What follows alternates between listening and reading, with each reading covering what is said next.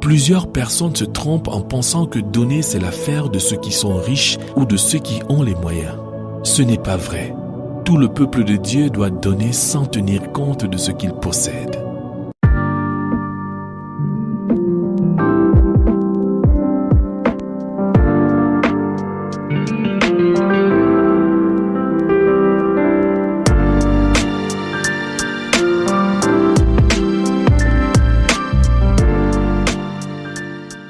Paul disait à propos de l'église de Macédoine: « Nous vous faisons connaître, frères, la grâce de Dieu qui s'est manifestée dans les églises de la Macédoine. Au milieu de beaucoup de tribulations qui les ont éprouvées, leur joie débordante et leur pauvreté profonde ont produit avec abondance de riches libéralités de leur part. Ils ont, je l'atteste, donné volontairement selon leurs moyens et même au-delà de leurs moyens. » 2 Corinthiens chapitre 8, versets 1 à 3. La veuve qui avait donné ses derniers sous avait donné de son nécessaire. Elle n'avait pas attendu d'avoir plus. Elle donna ce qu'elle posséda. Elle était désespérément dans le besoin et pourtant elle donna. Elle donna le dernier sou de sa richesse. Je suis sûr que pendant que ces derniers sous s'en allaient, ceci créa de la place au Seigneur Jésus pour prendre la relève d'une façon merveilleuse. Elle donna de son nécessaire et elle en fut bénie. Puissions-nous apprendre d'elle. Puissions-nous apprendre à donner de cette manière et nous recevrons alors les éloges de notre Seigneur qui a dit: « Je vous le dis, en vérité, cette pauvre veuve a donné plus qu'aucun de ceux qui ont mis dans le tronc, car tous ont mis de leur superflu, mais elle a mis de son nécessaire, tout ce qu'elle possédait, tout ce qu'elle avait pour vivre. » Marc chapitre 12, versets 43 à 44. 8. Supplier pour donner. Plusieurs personnes ont l'image d'un Dieu qui est dans le besoin et qui, par nécessité, acceptera tout ce qui lui est donné. Ceci est très loin de la vérité. Dieu a tout ce dont il a besoin. Qu'il ait des besoins que nous pouvons satisfaire, c'est quelque chose qu'il a lui-même créé par amour pour nous, afin que nos dons aient une place en lui. C'est comme s'il s'était créé en lui-même un vide qu'il attend que nous remplissions. Il n'est pas obligé de laisser ce vide en place parce qu'il l'a créé non à cause de son besoin personnel, mais à cause de notre besoin. Ainsi, donner au Seigneur est pour notre propre gain. Donner pour son œuvre est pour notre propre bénéfice. Lorsque les yeux de quelqu'un ont été ouverts sur ce qui constitue le vrai don, une telle personne suppliera le Seigneur pour lui donner. On dit que dans l'ouest de l'Ouganda, les sujets des puissants rois d'Ankole les suppliaient pour qu'ils acceptent leurs dons. Un homme pouvait par exemple apporter 3 bœufs. Il se prosternerait devant le roi et dirait quelque chose comme ceci: « Ton indigne serviteur est venu te supplier de bien vouloir recevoir de ses mains ces 3 bœufs. » Le roi détournerait le regard de l'homme suppliant à genoux et ne dirait rien. Mais c'est son garde qui dirait à l'homme: « Va en paix, le roi a accepté ton cadeau. » L'homme se lèverait alors et s'en irait tout joyeux. Ces gens avaient saisi quelque chose de ce que le don devrait être. Ils l'avaient saisi pour un monarque terrestre. Mais l'Église de Dieu semble l'avoir complètement manqué pour le roi des rois. Puisse Dieu nous ouvrir les yeux.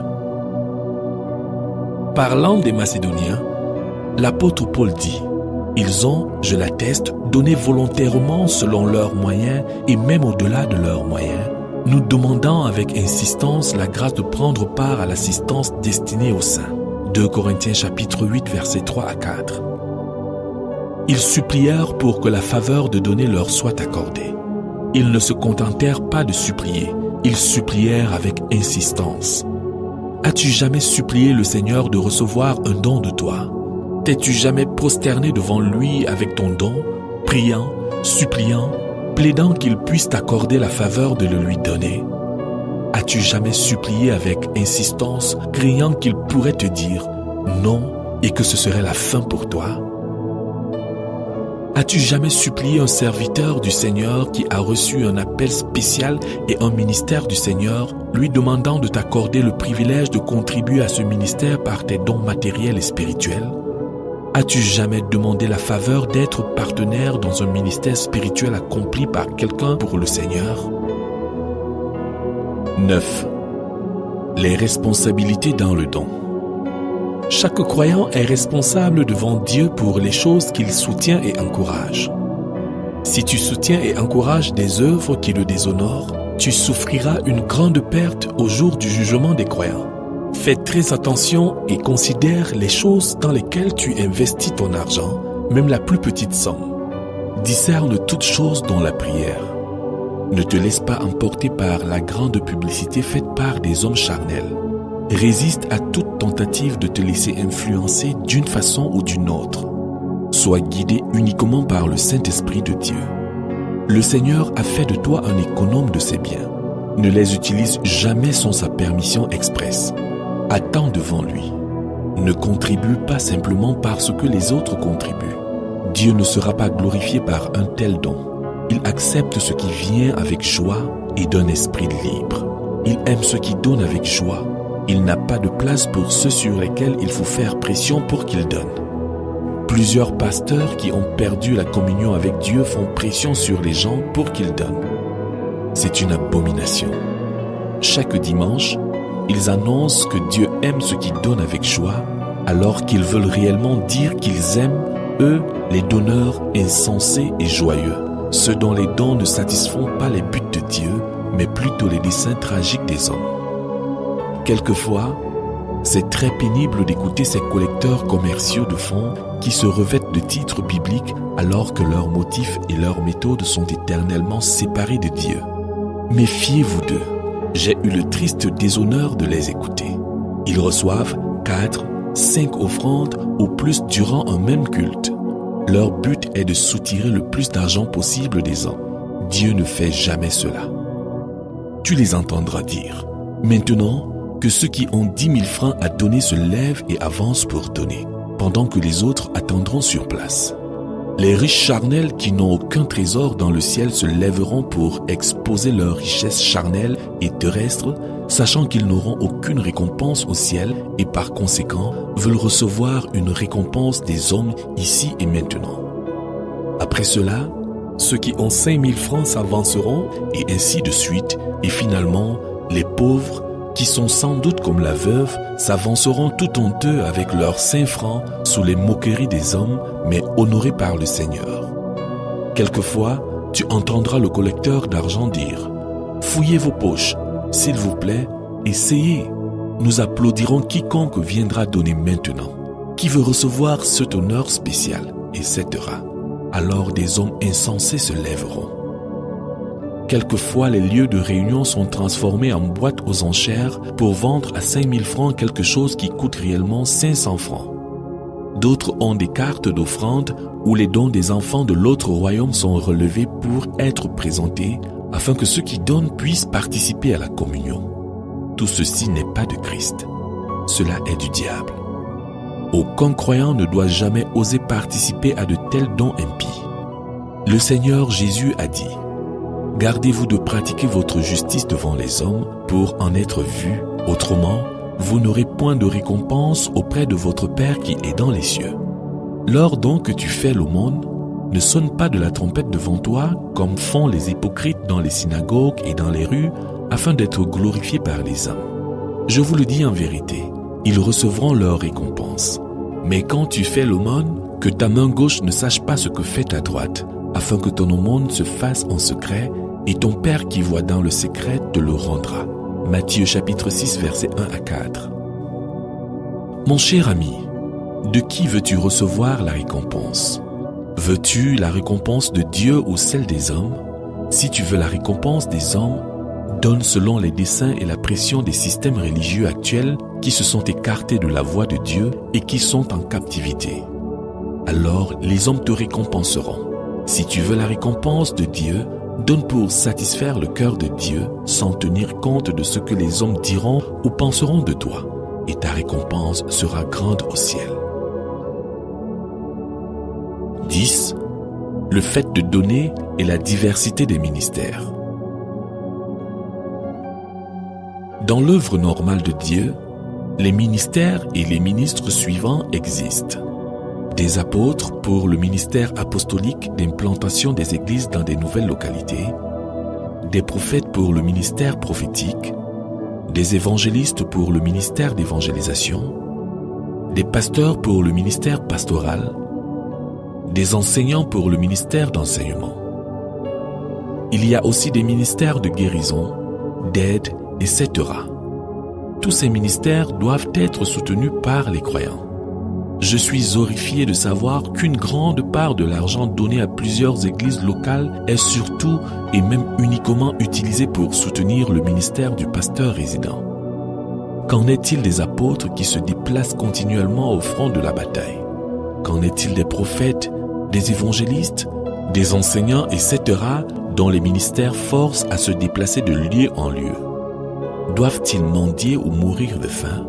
Si tu appartiens à une telle assemblée locale où l'on s'occupe de tous ces ministères et ministres, tu dois donner tout l'argent que tu as pour le Seigneur et son œuvre dans cette assemblée, et cela sera reparti entre les différents ministres et ministères. Si ton assemblée locale n'a aucune vision au-delà de l'entretien du pasteur, alors tu n'es pas obligé de donner tout ce que tu as pour le Seigneur à cette assemblée. Tu devras certainement donner à l'église locale, mais tu dois aussi donner pour soutenir les autres ministères et ministres. C'est ta responsabilité devant Dieu. Ne réfléchis pas seulement en termes de ton assemblée locale. Ouvre tes yeux et considère ce que les autres sont en train de faire pour atteindre les âmes dans les autres parties du pays ou du monde pour la gloire du Seigneur et soutiens-les. Si tu ne les soutiens pas, les intérêts globaux de Dieu seront en jeu. S'il n'y a pas d'œuvre ou d'ouvriers dont la vision est d'atteindre tout le pays, tout le continent ou le monde entier pour le Seigneur, alors un jour, l'assemblée locale cessera d'exister. Tu fais du bien non seulement aux autres ministères quand tu les soutiens, mais tu fais aussi du bien à ton assemblée locale. Tout pasteur qui décourage le soutien des autres ministères et ministres, surtout parce qu'il veut tout l'argent pour lui-même ou bien parce qu'il veut avoir la main mise sur beaucoup d'argent, sera appauvri et jugé. 11. Donner aux pauvres. L'importance qu'on accorde aujourd'hui aux dons faits à ceux qui servent à plein temps est certainement hors de proportion avec l'enseignement du Nouveau Testament. Dans l'Église primitive, l'accent n'était pas mis sur le don aux ministres de l'Évangile, bien qu'ils fussent soutenus, mais plutôt sur le don aux pauvres. Le ministère des diacres fut aussi dans l'Église afin que les besoins matériels des pauvres fussent satisfaits quotidiennement. Actes chapitre 6, verset 1. Il ne fut pas institué pour ce qu'il est devenu aujourd'hui dans plusieurs églises qui ont perdu la vision du modèle céleste. Lorsque Paul reçut sa commission de dirigeant de l'église de Jérusalem, voici comment il l'a traduit. Et ayant reconnu la grâce qui n'avait pas été accordée, Jacques, Céphas et Jean, qui sont regardés comme des colonnes, me donnèrent à moi et à Barnabas la main d'association afin que nous allassions, nous vers les païens et eux vers les circoncis. Ils nous recommandèrent seulement de nous souvenir des pauvres, ce que j'ai bien eu soin de faire. Galates chapitre 2, versets 9 à 10. C'est tout à fait intéressant. Il ne leur fut pas dit « Souvenez-vous des apôtres, souvenez-vous des anciens, souvenez-vous de tel ou de tel autre programme, mais souvenez-vous des pauvres. » L'argent qui devait être collecté semaine après semaine dans les églises des païens était pour les pauvres. 1 Corinthiens chapitre 16, versets 1 à 3, 2 Corinthiens chapitre 8, verset 4, 2 Corinthiens chapitre 9, versets 1 à 4. Les besoins des pauvres dans les églises doivent être satisfaits. Toute église locale ou toute œuvre dans laquelle une part importante des fonds n'est pas consacrée à l'assistance aux pauvres a manqué son but. Ceci invite les dirigeants des églises à se sonder profondément, à se repentir et à passer à l'action. Si ton assemblée locale n'a aucune place significative dans son budget pour les pauvres, spécialement ceux qui sont au sein de l'église, tu n'as aucune obligation de donner tout ce que tu as pour le Seigneur et pour son œuvre dans cette assemblée. L'œuvre de Dieu consiste aussi en ce que les besoins des pauvres soient satisfaits. Si l'Église n'agit pas collectivement, tu dois en tant qu'individu faire quelque chose pour les pauvres. Si tu ne le fais pas, Un jour, le Seigneur pourrait te dire, « Retire-toi de moi, maudit, va dans le feu éternel qui a été préparé pour le diable et pour ses anges. Car j'ai eu faim et tu ne m'as pas donné à manger. J'ai eu soif et tu ne m'as pas donné à boire. » Matthieu chapitre 25, versets 41 à 46. Ceci invite à sonder son cœur, à se repentir et à porter du fruit digne de la repentance.